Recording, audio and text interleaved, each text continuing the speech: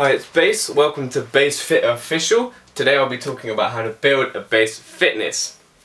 Now, on the board behind me I've got the 4 steps that I always follow when telling somebody how to build a base of fitness, and I'm going to go through them with you today. So the first step is, as you can see, I've drawn a graph here. On this axis is history, so how long you've been training for, like 1, 2, 3 years, training consistently. And then on the other axis is existing base. So this is a self-assessment. You have to see how good your base is. Now your base involves how strong you are, how many, like if you have any injuries, your structural integrity, how strong you feel in the lifts, your balance, your core engagement and strength, your glute engagement. All of that type of stuff is considered to be your base. So if you have a high existing base but a low history in the gym because you've been training a different way, or you just have a naturally good base, you'll clearly be down here on the graph. But if you have a high history of training but a low existing base, which does happen because people have faulty recruitment patterns, so their muscles don't fire properly and their core doesn't work, they'll have a low existing base and a high history, so they'll be up here. Now that affects kind of the program you'll be choosing, your rep sets, like your program variables, your program design, which I won't go into in this video, but I will go into it in a coming up video, program design, which is very interesting because it changes due to this and it changes due to other things, such as your goals. So once you recognize where you are on the graph here, on the first step, the second step is you have to consult with your 4 doctors. Now the 4 doctors was originally a Greek philosophy kind of popularized by Hippocrates back in the day, but recently it's been re-energized, rejigged by a very intelligent man by the name of Paul Chek. I follow a lot of Paul Chek's stuff. This is directly from Paul Chek, and if you want to know more about this guy, he's super interesting. Look him up, Paul Chek, everywhere, and you'll find him. But the 4 doctors, this is listed in importance. So the first doctor that you need to talk to is the Dr. Diet, because without Dr. Diet's help you won't have the energy or motivation or willpower to stick to your program, to stick to building a base of fitness.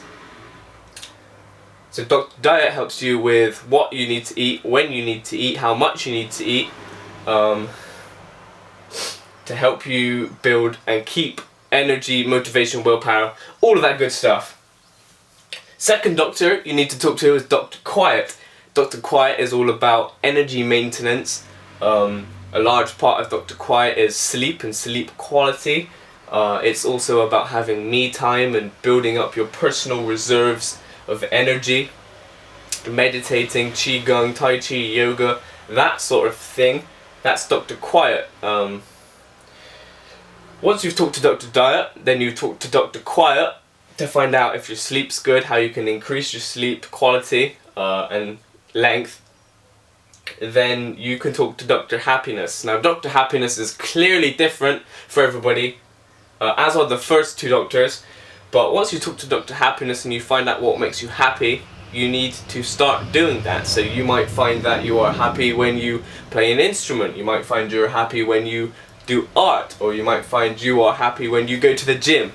So figure out what makes you happy and do it, because that will increase your positivity and it will affect everything else. Now the last doctor you need to talk to is Dr. Movement. Now he's a supplementary doctor to the rest of the 3. Once you've sorted out the first 3 and talked to these guys, then you can go and talk to Dr. Movement. Now Dr. Movement is the guy who the rest of this video will kind of focus on, is the programming, is the gym exercises and kind of the physical pumping of the nutrients and the oxygen and the life force around your body, and that's Dr. Movement. So the first step is the graph, plot where you are. Second step is to consult with your 4 doctors, Dr. Quiet, Dr. Diet, then Dr. Quiet, then Dr. Happiness, and then Dr. Movement. Once you've done those 2 steps, you move on to the third step, which is either choosing your program or creating your program.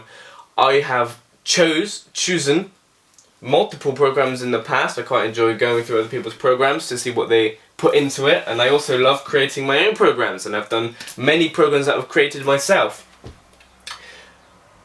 This is where it ties into the first step. Wherever you are on this graph determines on your program design down here. I won't talk about that now, I'll talk about it in the future. But beware that if your existing base is high, it will affect this. If your history is high, it will affect this. If it's low, it will affect it. I'll touch on that in a minute. So the choosing your program and creating your program.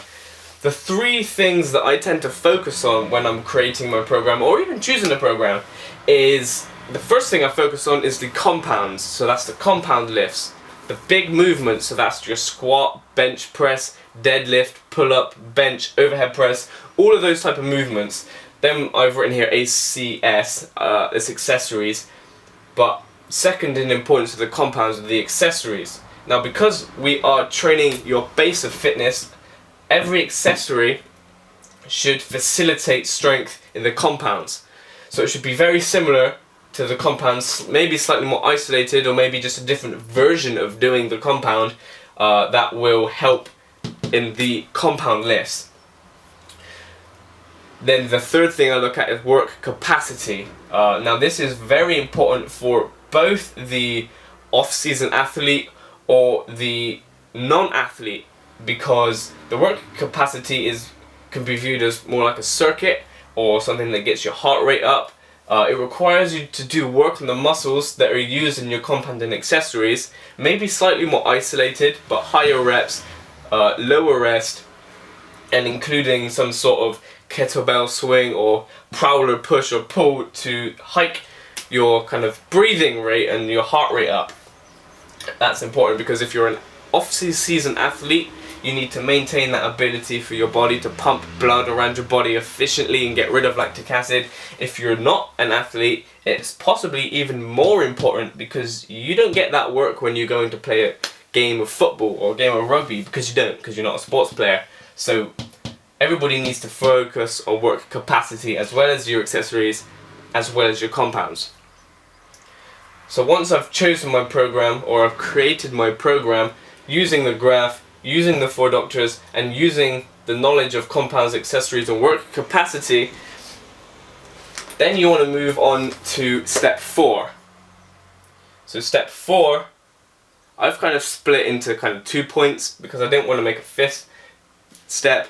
But anyway, so step 4, first point in step 4 is create a habit. You need to create a habit. In everything here, you need to create a habit, make it consistent, otherwise your base will fall apart. You need to consistently build your base every day, chipping away at it. You need to be consistent, so create that habit. The second point, which is very important, is checking in with your body. You need to check in with your body consistently. Some people check in with their body every day. Some people check in with their body every week, maybe every month. No matter what, you need to check in. You need to check in on how your base is looking. You need to check in on the 4 doctors to see if your diet's on point, to see if your energy management is on point, to see if your happiness is on point, and to see if your movement and your program is still allowing you to build your base that you need. I think that's it. Step 1, plot yourself on the graph. Step 2, consult your 4 doctors. Step 3, choose or create your program, focusing on your compounds, then your accessories, and then work capacity. Step 4, create a habit, turn everything here into a habit, make it consistent. Also put a step 4 is checking in. You need to check into your body, into your mind, into your energy reserves. Check in on the 4 doctors, check in on the program that you're using, the exercises that you were using, the rep schemes, the rest, everything that you were using in order to continually push your body, or maybe regress your training if you seem to be overtraining and are tired all the time.